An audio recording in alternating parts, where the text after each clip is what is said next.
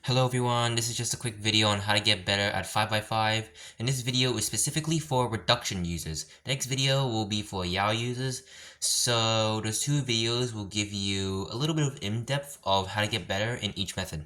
Let's get to it. So the first step in reduction is always the center. And if you're like me and you would start on the white center like this, then that's completely fine, because then you will go to the yellow center, which is, well, as simple as this.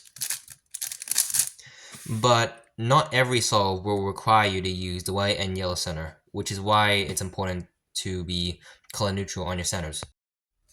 Example-wise, you're looking on white and yellow, there's not really anything too good, but you look on orange and, well, there's already a line here.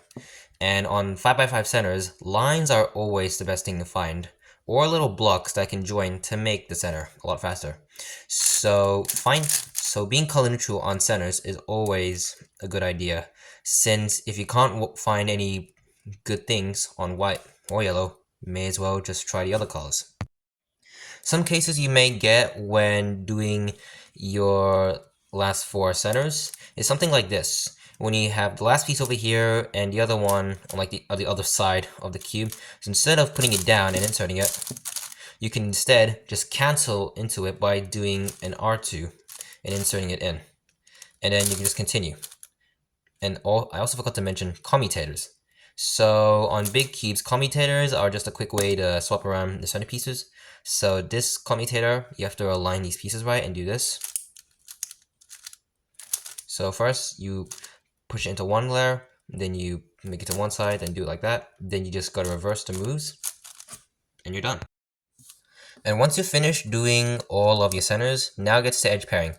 So edge pairing is definitely the longest step in reduction, as it takes maybe around 10 to 15 seconds just to do, well, for me at least.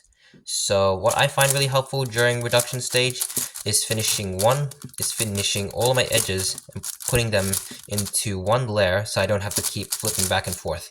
This also applies for bigger cubes like 6x6 and 7x7. So as you can see, this is just a lot more better. So I have all of the solved edges on the bottom, and now all I have to do is just work on the top. Some special cases, or some cases you may or may not get on 5x5, is something like this, where this midge piece, or middle edge piece, has to go here and align these. Instead of just slice flip being slice, what you could do is just do an M move like this. And remember, do not ever do these moves on a 5x5 or any big cube, because it requires you to re-grip your fingers. So it's just better to do this. And then if you have any unsolved edges under the top layer, or bottom layer, example this one, you can just put it in like an F12 pair, then reverse your moves. Then all you have is the last edge, some last two edges or more. Another edge case you may get is these edges with two flipped midges. So you can kind of see it as like having two parity cases. So instead of just slice flipping slice like this, you can instead do the middle layer like this, or like this, but mostly just this move, and just kind of flipping it like this and putting it like that. So you solve two edges at once without using a lot of moves.